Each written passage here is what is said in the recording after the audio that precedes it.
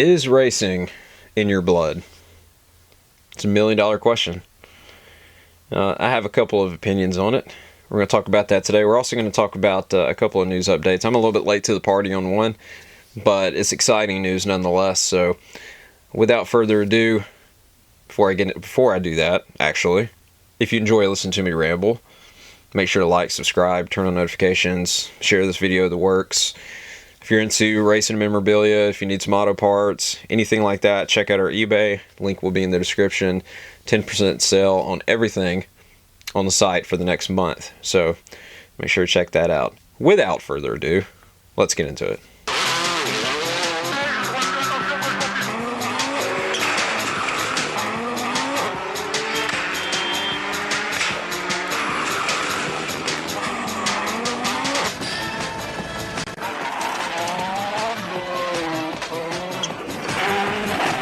So I don't know where I was. Evidently, I had my head in the sand. I was asleep. I really don't know, but Jack Perkins will be making his first NASCAR start in the Xfinity Series for Joe Gibbs in Oregon. And that is awesome news. And so I read it from Shane Van Gisbergen. He had made a post about it on X, I believe is where I saw it. And they're friends because of the Supercar series, and they both ran in it. And Jack, he's been a journeyman driver essentially. He does the enduros, which would be Bathurst and a couple of other ones. Now, he doesn't run full season in the main game. Now, he's been running races in the Dunlop series, which is the feeder series below the main game, for the past couple of years. I think he won a race or two last year. He's a really good driver. Just never really had the equipment up underneath him in the main game to be on his own full time and winning races on a consistent basis. But the guy's a hell of a driver, and his daddy is Larry Perkins, and Larry's a legend. I mean, if you know anything about supercars, back in the '90s, the late '90s, and the early 2000s, he had the Castrol sponsorship and livery on his car. It was pretty famous. He owned his own team. Larry won races, championships. He's one of the greatest of all time. And so anyways, now Jack is going to be coming to the States, like a lot of supercar drivers have been doing lately. It was announced yesterday that Will Brown will be running one of the upcoming road courses. I think the Chicago street course for Colleague in the number 13, which, by the way, if you haven't seen the livery, it looks fantastic. I'll show it to you right here. But pretty excited about that. Will is 888 Engineering, the Red Bull team in supercars, the team that wins virtually all the time. They may not win every round, but they're championship winners basically every year. They're a team I was talking about the other day about the cost cap in supercars needing to be employed due to their domination, I think. Anyways, that's a sidebar. If you want to watch what I have to say about that, want to hear what I have to say about that, you can go back and watch the previous video. But so there's a flood of supercar drivers coming over to the States to run a NASCAR. I was reading an article this morning. They were asking why are supercar drivers coming over here, and I think the answer to that is simple enough: money. Of course, these guys will never admit that in public, so you can take it with a grain of salt, I guess. But NASCAR still pays the most out of most motorsports. Let's put it that way. Not all of them, but most of them.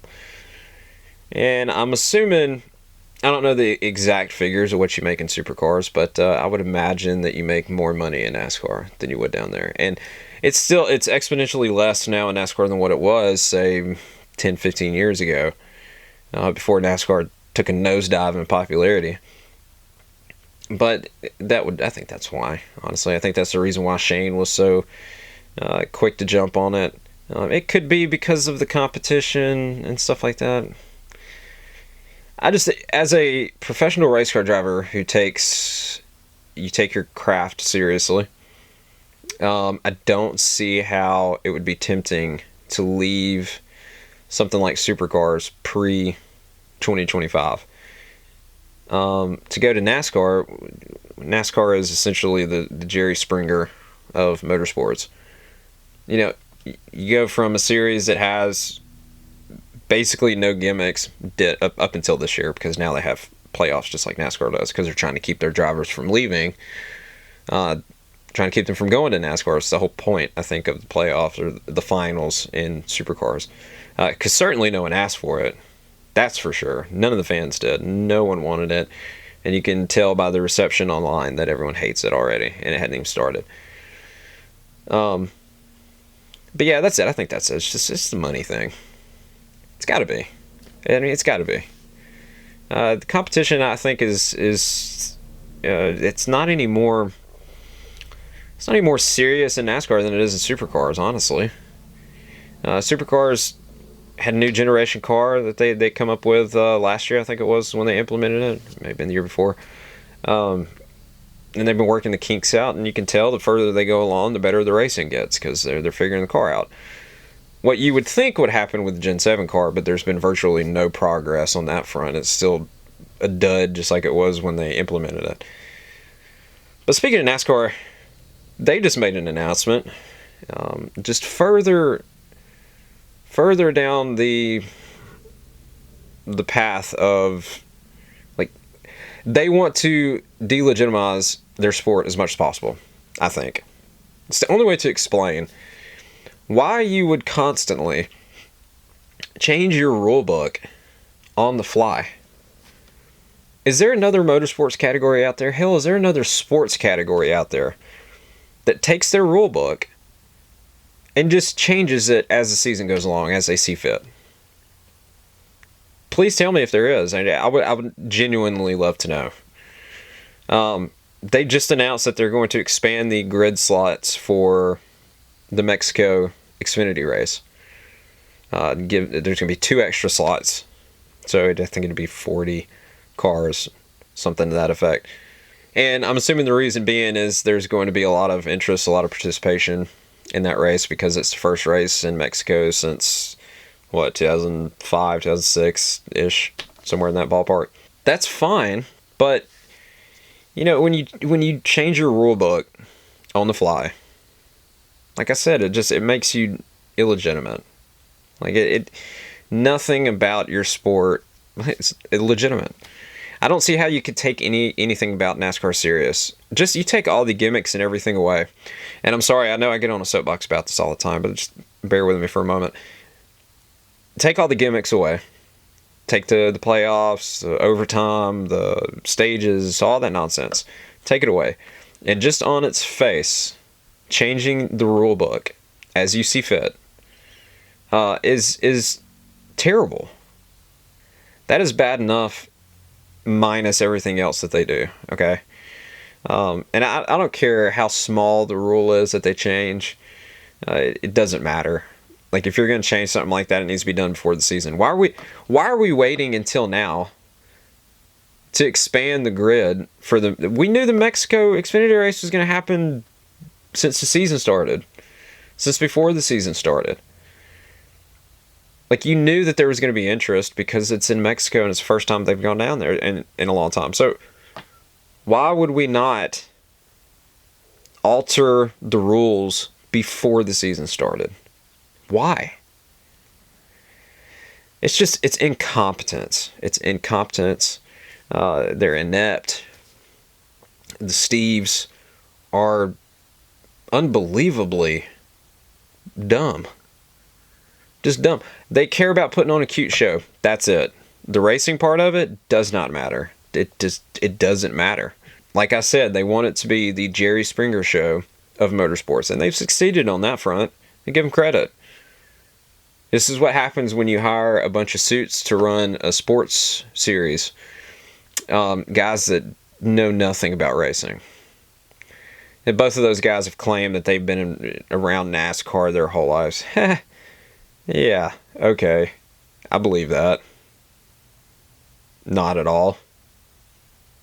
It's absolute nonsense. Like I said, I get on a soapbox to talk about that for the rest of the day. it's the same drum that I'm constantly beating. It's just it's frustrating to watch. It really is. You know, I grew up watching NASCAR. Started watching it in like '96, and to see how far downhill it's gone since then, it's incredible. It really is. But speaking of being a kid, you know, so I was born in 1989. Okay, when I was growing up, my dad was really into Supercross, and so this was the '90s. So you know, the internet was a thing, but it wasn't like most people didn't have personal computers sitting around where they could just jump on the internet whenever they wanted to. And if you did, it was dial up, so it took forever. And you had to listen to stupid noise. I hate that noise. But anyways, we'd just sit around in the living room and watch whatever. If mom or dad were in there and they're watching TV, they'd have something on, and we'd just all sit around and watch it. Dad was always watching Supercross. I never really understood until I got a little bit older, and he started telling me stories. So back when he was young, my grandfather and he owned a motocross team. My dad was the rider.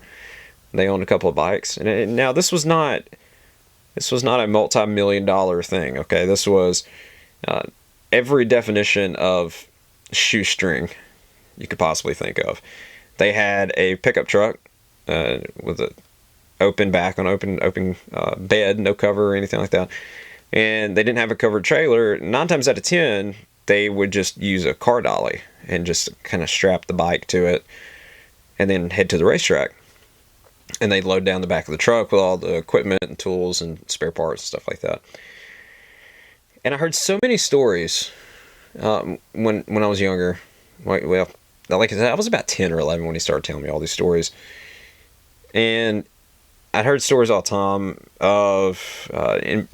For example, okay, one particular race, he crashed in turn 1. And for anyone who watches motocross or supercross, the way that turn 1 is always set up, when you come out of the gate at any track, it's like a funnel, basically. And you funnel down in, kind of like what I was talking about with Coda yesterday.